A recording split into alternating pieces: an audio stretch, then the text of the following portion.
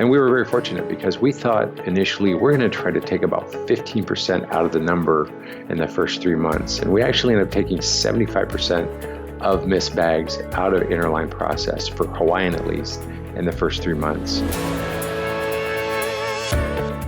Have you ever lost luggage or had your luggage delayed when traveling by air? I have, and it's not fun.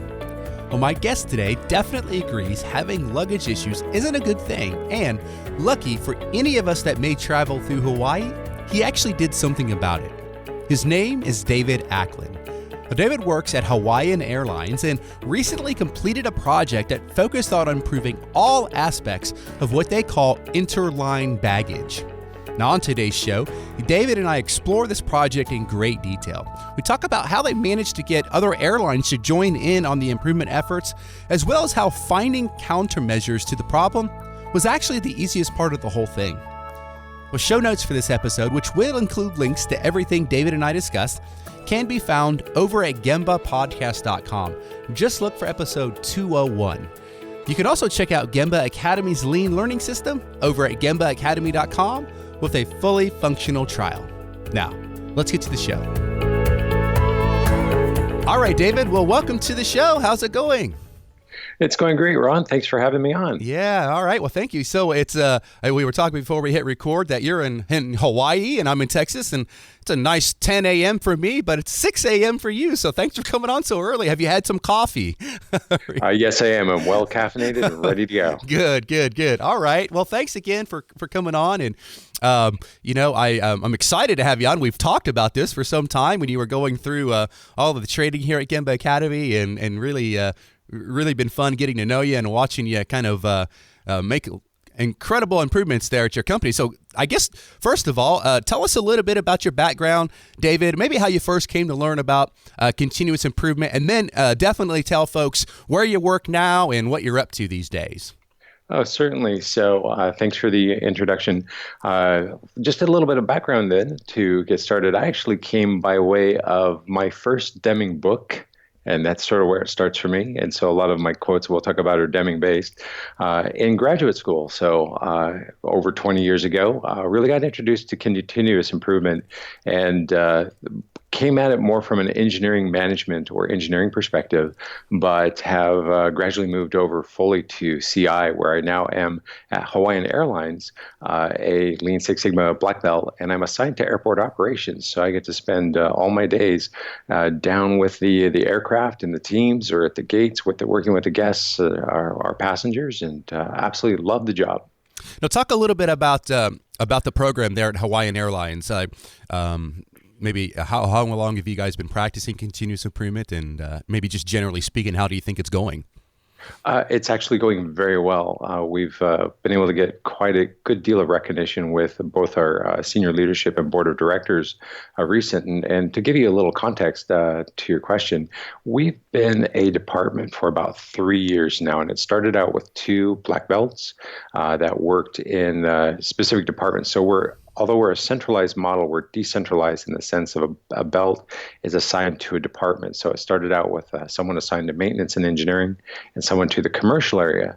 And then we had our director come on board, and she started to really expand our program so that now we have 6 belts across different departments. And so I'm the black belt assigned to airport operations. Just for context, that means I have all above and below wing process work that I work with the airport operations leadership team, and the projects that we do are based on that. So the program, though, has grown steadily. And in addition to that, we started training our green belts about a year and a half ago. And that's where we really became introduced, Ron, is using Gemba Academy as our subject matter expertise, our support with the videos, with the materials, the quizzes, so that we would just then layer on our 40 hours of classroom time that were really airport or airline specific work, and then walk them through their projects towards an internal green belt certification. So we now have, I think, about nearly 35, almost 40 people, depending on how you count where they are in their projects, certified. And we have another class of about 27 folks that we're going to start training this year. Yeah, well, it's been fun working with you guys, and really an honor to work with you. So, I guess thank you for your business, first of all. Absolutely. Yeah. Hey, Absolutely. so let's jump in. Maybe share your favorite Deming quote. Absolutely. It's if you can't describe what you're doing as a process, you don't know what you're doing. I love this quote because this really embodies to me so much of what my first conversation is on a new project. And I asked everybody, it's like, okay, great. Tell me what the problem is and what are you doing? What's the process? And invariably it ends up being something, well, it's someone does it this way, someone does it that way. There's no standard. So then we move to the let's go see, the Genchi Gembutsu idea. So we go out and we have a look, and that's where we start our mapping and try to get some data and start the Deming process. So to me, that really kicks it off for the first set of questions I have with any new project. Yeah. Well, one thing that I've really appreciated about the way you go about things, David, is, just when we were going through your project and mentoring and coaching and just how much time you spend, where the work is being done. And I think that's just so important. And sadly, it a lot of times doesn't happen. A lot of projects are done at somebody's desk, punching on Minitab and looking at fancy graphs or whatever it was. And there's a time and a place for that. But at the end of the day, we have to go to where the work is being done and observe. So you've done a great job with that. Well, thank you, Ron. Thank you. All right. Well, let's jump in a little bit on maybe the topic of the day, which is interline baggage, right? So I think we're going to talk a little bit about a problem and what you did about that problem and just kind of walking people through that journey. So maybe to understand the problem, give it a little context. What the heck is interline baggage and for us layman folks out here? Absolutely. I would have to say just over a year ago, I never really thought about baggage that much, but interline is really the exchange of baggage between carriers. And that goes back to the idea of code share. So you've all seen this when you've been at the airport. You look up and you see a flight that has multiple different names. So you might be boarding a Hawaiian flight, but it's also a Korean Airlines flight and a China Airlines flight and a United flight and a Delta flight. And that's the difference between a marketing carrier and an operating carrier. And so when you have that relationship and you check your bag through, and let's say you want to come to Kauai, but you fly through Honolulu, you're going to fly here from, say, Dallas on American to Honolulu and then connect on a Hawaiian flight. That's where we interline the bag. So it comes from American to Hawaiian to then be carried forward to Kauai for your vacation. So any exchange of baggage between carriers is interline. And then to really sort of dip into where that problem goes or what was happening at the airport here in Honolulu is we were decentralized. And there are many airports already set up where they have centralized interline. So everybody brings it to a central location and picks it up and takes it back. So you get this star diagram. And what we didn't have was any type of effort there. And what we found were a lot of delays in getting baggage from other carriers and vice versa. So we were going through this problem, and we didn't really see it yet until we started to sort of dig at it. And I think that's where, you and I, Ron, we talked about the spaghetti diagram. Mm-hmm. And what we had initially done based on one of our senior director's comments to say, why don't we do this like LA or another airport? And we went out and started interviewing drivers, and then we drove their routes and said, okay, I'm a United carrier delivery person, and I'm going to stop here, here, here, and here because of how they code share. I might go to the ANA, and then I might go to a different carrier and then to Hawaiian. And so each carrier is making multiple stops, and then you multiply that by 15 carriers at Honolulu, and next thing you know, you get this spaghetti mash. And I didn't have a good, better than back of napkin picture, but it's one of those things I should have kept, where it literally was a bowl of spaghetti of route and driving. So that's where we initially tackled the start of the problem. So, but to just generally speaking, what was the problem? Like, was it like what was it like late flights or lost bags, or what were some of the issues?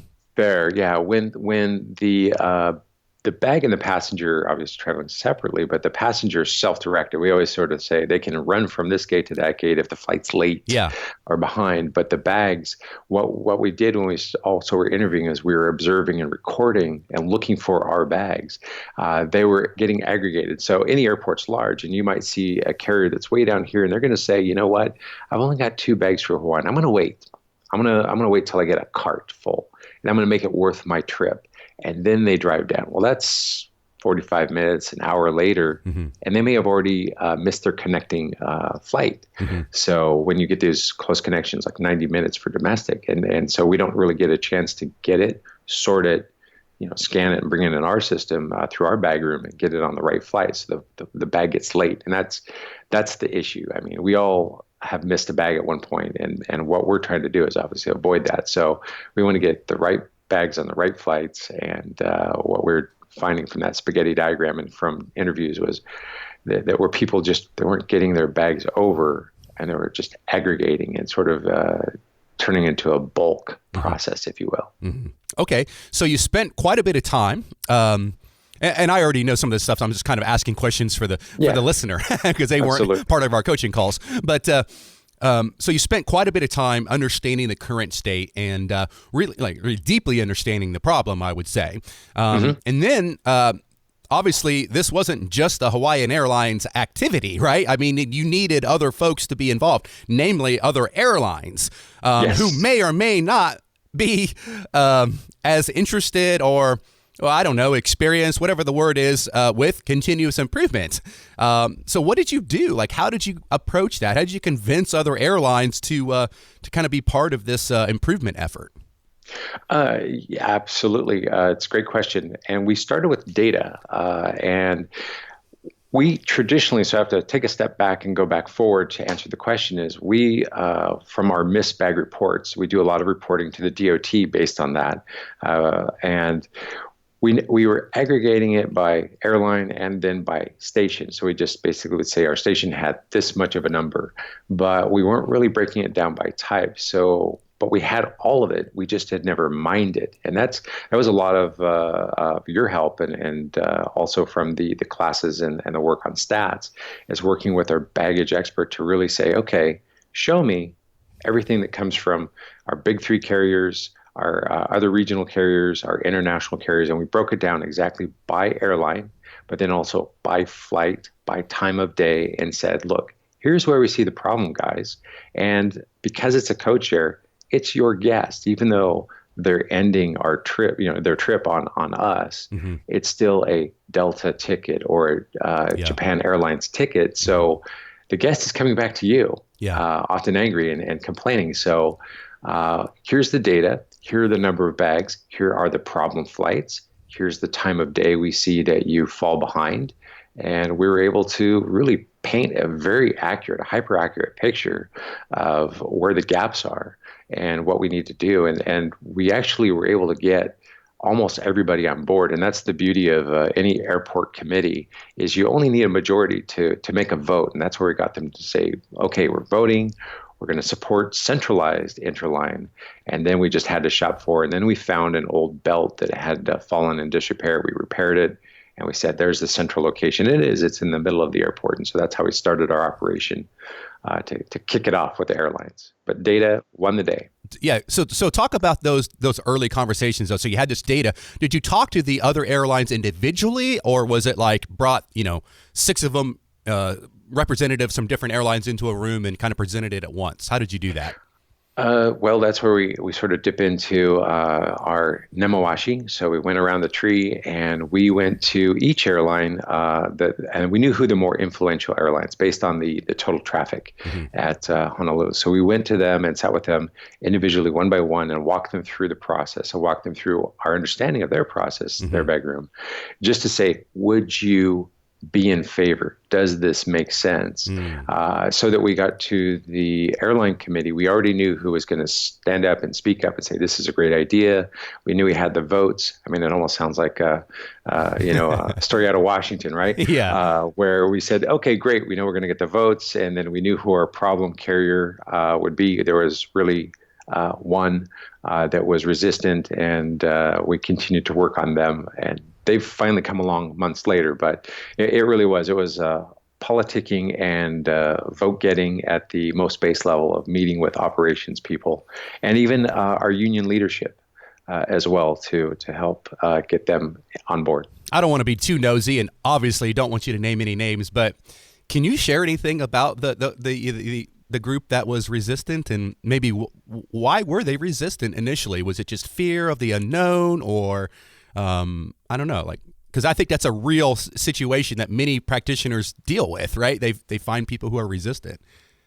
So maybe out of courtesy, I'll name some that were very positive, and then we can deduce from there. What we found is once we got Delta and Japan Airlines on board, which are big carriers in Hawaii, we quickly were able to get American and ANA, and then some of our more regional or smaller size international carriers. So what we ran into on that point of resistance actually wasn't the management of that other carrier. It was that it was their union was very resistant. And so at that level of not wanting to drive or just outright not doing the job, the beauty of it turns out, and that's why we engaged our union leadership, is we have the same union, the IAM.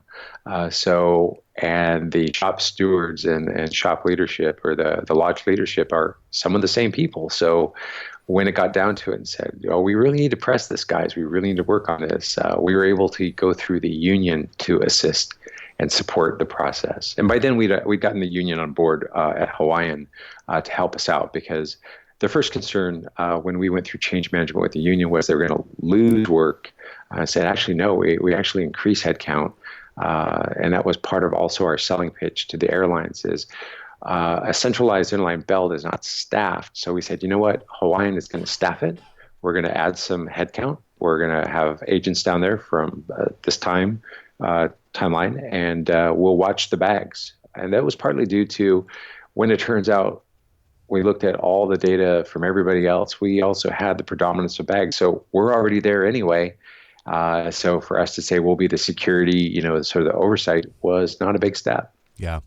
What's interesting about even this podcast and reflecting on your project, we spent a lot of time so far talking about deeply understanding the problem, the current state, and then really we spent a lot of time getting everybody on board, getting everybody committed to the effort.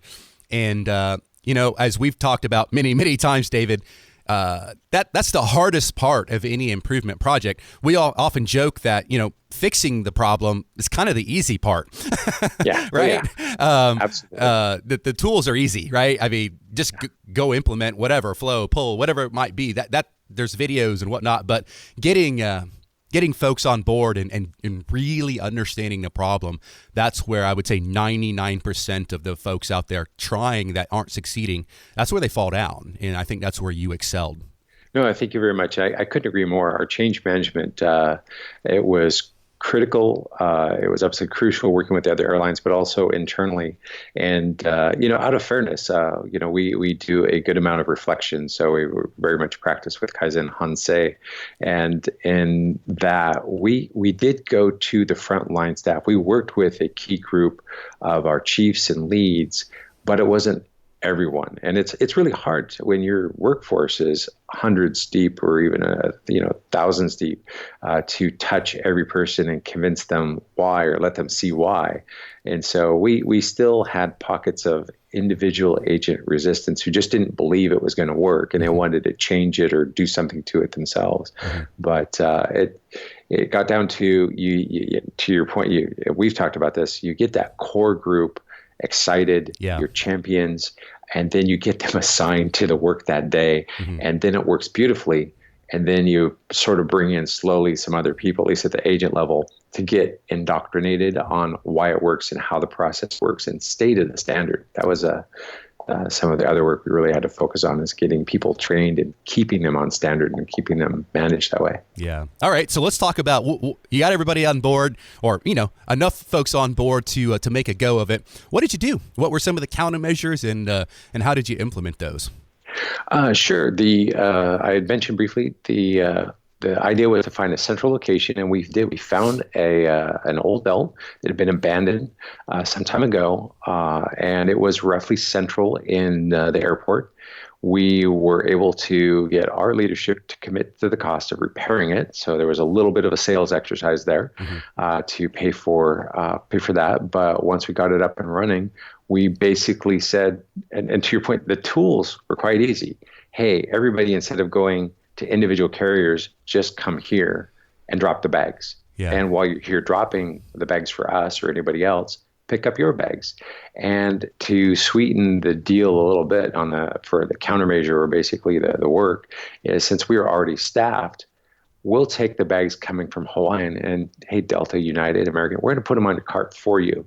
You just have to drive by, drop the stuff for Hawaiian, attach your cart, and drive off. It's that simple.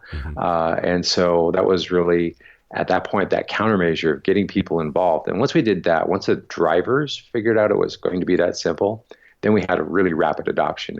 We launched in about 3 days. We had everybody but one on board, which we talked about, and then we kicked it off.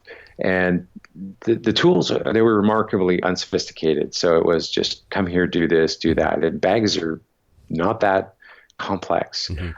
So they don't talk back. They don't argue. They just lie on the belt and go around. So once we did that, it was really quick. Once we got everybody on board, the predominance of folks on board and the drivers on board, it did really work. And we were very fortunate because we thought initially we're going to try to take about 15% out of the number in the first 3 months. And we actually ended up taking 75% of missed bags out of interline process, for Hawaiian at least, in the first 3 months. So it was wildly successful, more successful than we'd ever envisioned, but it also started to teach us how to think about all the data and look upstream and even solve and work on additional problems as well as downstream. So it created that ripple effect of clarity, if you will. So say that again. So your initial objective or target, if you will, was what percentage improvement? 15. 15, 1-5. Yeah. And you got everybody on board. You made some countermeasures. Again, nothing extraordinary, complex. Just you put some solutions, some countermeasures in place, and you achieved what? 75%. 75%. Wow. That's pretty incredible, David. We didn't see that coming. We rejoiced, and it has been sustainable. We had a little bit of bump this month due to weather. Weather does impact baggage and flights and so forth, but we've overall, year over year, sustained that reduction in interline. So we're really excited about that. What did your leadership think? I mean, 75% is pretty incredible. It was well received. Our COO and then our VP of Airports very much on board, very pleased with the results.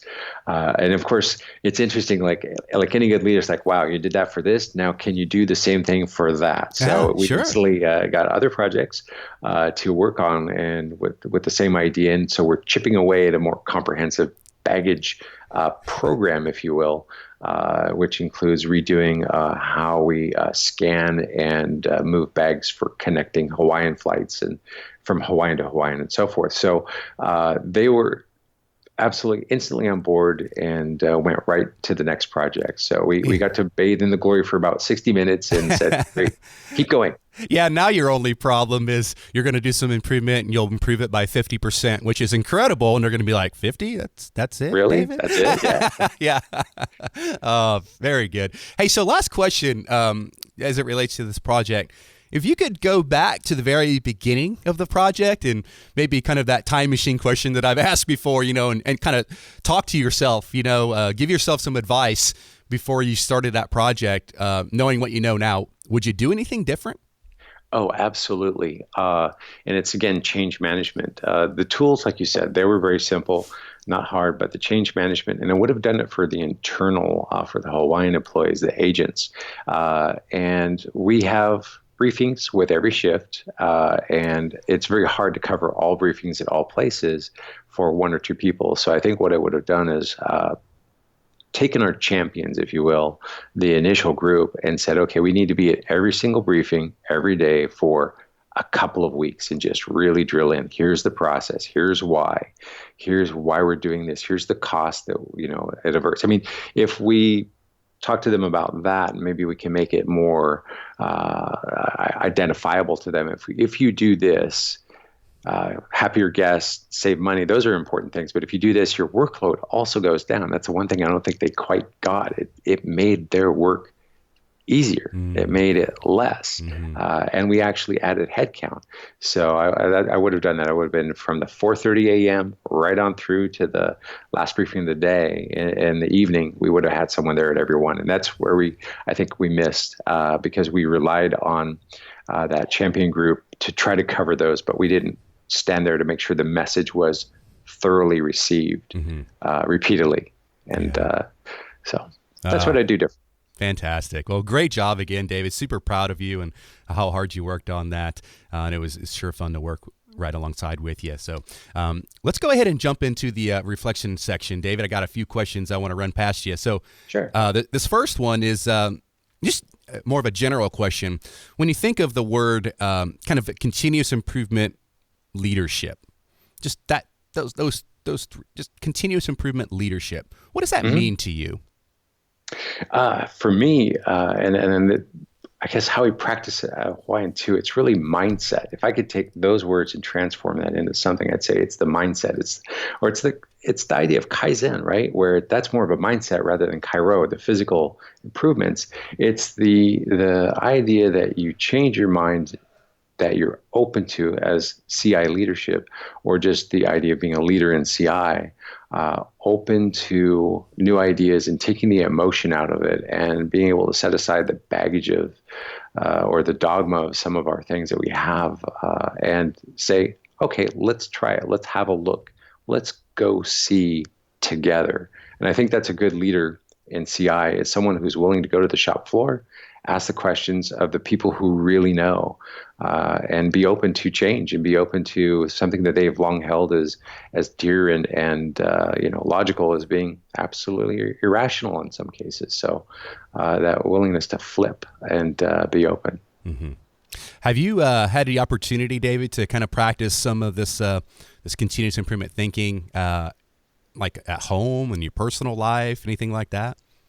Absolutely. You will laugh. So I am going through, of course, the LSS route and the Belton certification, but my wife is also a CI professional, and she was trained up through the Toyota production system. And so while we have this very common lean language, we also have a very different view maybe on statistical work, but how that really rolls down to I don't know how many families actually have a visual management system, and we do have a whip board for all our home projects, and we used good CI methodology on our home renovation last year when we managed our own contractors. So but we still 5S the kitchen routinely, and we're still trying to find that sustainable model of this is where things go. So, it's a great experience. I think we take CI at home to a whole different level. Very well. Maybe you have another episode and we'll talk about that. Yeah, absolutely. All right. Hey, so and you're I think I know the answer to this, but I don't want to assume anything. In your experience, where do you think people just in general struggle more with lean, with Six Sigma, just continuous improvement? Is it the kind of three potential answers? The first one, maybe the content, the theory, the philosophy of it. The second one, maybe it's the deployment or the implementation or really what to do. And then the third potential answer is the structure, coordinating people, getting people working together. Where are those three do you think people struggle with the most? I think personally, it's change management and the implementation, but it's kind of a mix of your last two, implementation and structure, but it's getting everyone on board. And that might be heavily biased by where I work. And I will say this, so I give context for everyone listening, is airport operations is a fantastic group of people who are wonderful firefighters, and they're, give them a problem like this flight's late, this problem here, whatever it is, they will solve it immediately. But it's always solved within the context of right now, and 15 minutes later, on to the next problem. Yeah. So it doesn't create a chance to go back and do a reflection of saying, well, why did that happen? can we avoid that ever again? And what do we do to build a model to sustain it? And so there's a piece there that I think we struggle with here at Hawaiian, is the stopping and reflecting on that. And we've had that conversation with our VP of airport operations, and he makes a great speech to our greenbelts every class about that. But I think in the end, to your point, once we get into the projects of it with all of our new people we're bringing in through the CI model, that they get the tools. They even can get the philosophy, but it's sort of undoing that mindset a little bit. But it really is the implementation and the care for all the stakeholders that they didn't think about when they went through. So when they make a change, they forgot. And it's just getting that practice and understanding to have that really wide field of vision and make sure everyone's needs are addressed or that we avoid undue harm to someone we didn't even think about. Mm-hmm. So I hope that fits into one of your three categories. Yeah, no, great. That does. Hey, so last question. What are you most proud of as it relates to your journey with continuous improvement?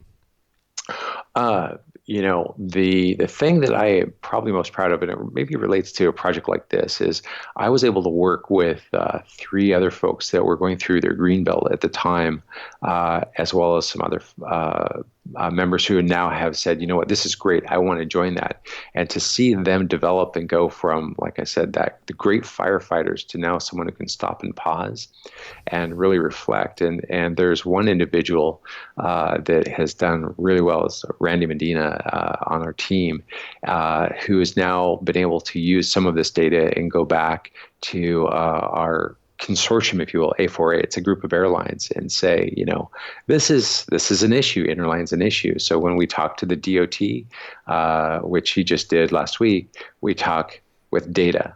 We don't talk about opinion or what we think, or it's not emotional, but he's become a real data wonk because of this. And it's just so wonderful to see. So I'm very proud of watching some of our people grow and really get into that CI mindset and really embrace, go to the work site, get the data, verify fact. It's just fantastic. I think you need to come up with some teachers called data wonks. There you go. That's awesome.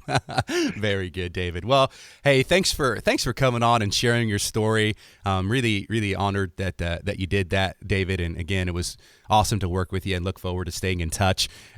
Let's go ahead and wrap this episode up, David, with you maybe sharing some final words of wisdom, and then definitely tell folks how they can connect with you over social media or any other form. Yeah, first, thanks, Ron, very much for having me on, but also working with me on this project. It was the basis of my black belt, and I really appreciate the guidance, and I had a lot of teachers myself, so I hope to have done a good job there. And, I've referenced it before, and I've referenced Deming as sort of my start, and so, without data, you're just another person with an opinion, my other favorite Deming quote. So, and it was, again, words of wisdom. If you show up at your meeting with good data and good understanding of what that problem is, you've gone to look and verify, everybody tends to fall in line. It's really hard to argue against, great objective data sets, well-mined and well-reasoned. So I just continue to drum that into our green belts and continue to adhere to that. So I really appreciate that. And I think that was a lot of the basis of our conversations too. So thank you very much for your help, Ron. And I'm more than happy to chat with anyone. So you can reach out. Best way to do is send an email to me at david.acklin, that's ACKLIN, at hawaiianair.com, or you can find me on LinkedIn at the linkedin.com/in/David Acklin. And again, that's ACKLIN, standard spelling David. You folks can reach out anytime. And Ron, thanks so much. Look forward to our next project. Yeah, awesome. All right. Thank you, David. And you stay, I guess I won't say warm because it's always warm in Hawaii, but maybe stay dry, get a little rain this time of year. I don't know, right? So. We get a little rain. It got cold. It got down to 77. Oh, you poor guy. Yeah, really rough. The struggle is real, right? Yeah, absolutely. I had to wear a coat. So. Yeah. It's always lovely in Hawaii. Come to visit sometime. Yeah. All right. Well, thanks again, David. Take care. All right. Thanks, Ron. You have a great day. Thanks for listening to the Gemba Academy podcast. Now, we invite you to take a no-strings-attached, fully functional test drive of GembaAcademy.com. Gain immediate access to more than 1,000 Lean and Six Sigma learning resources, all free of charge at GembaAcademy.com.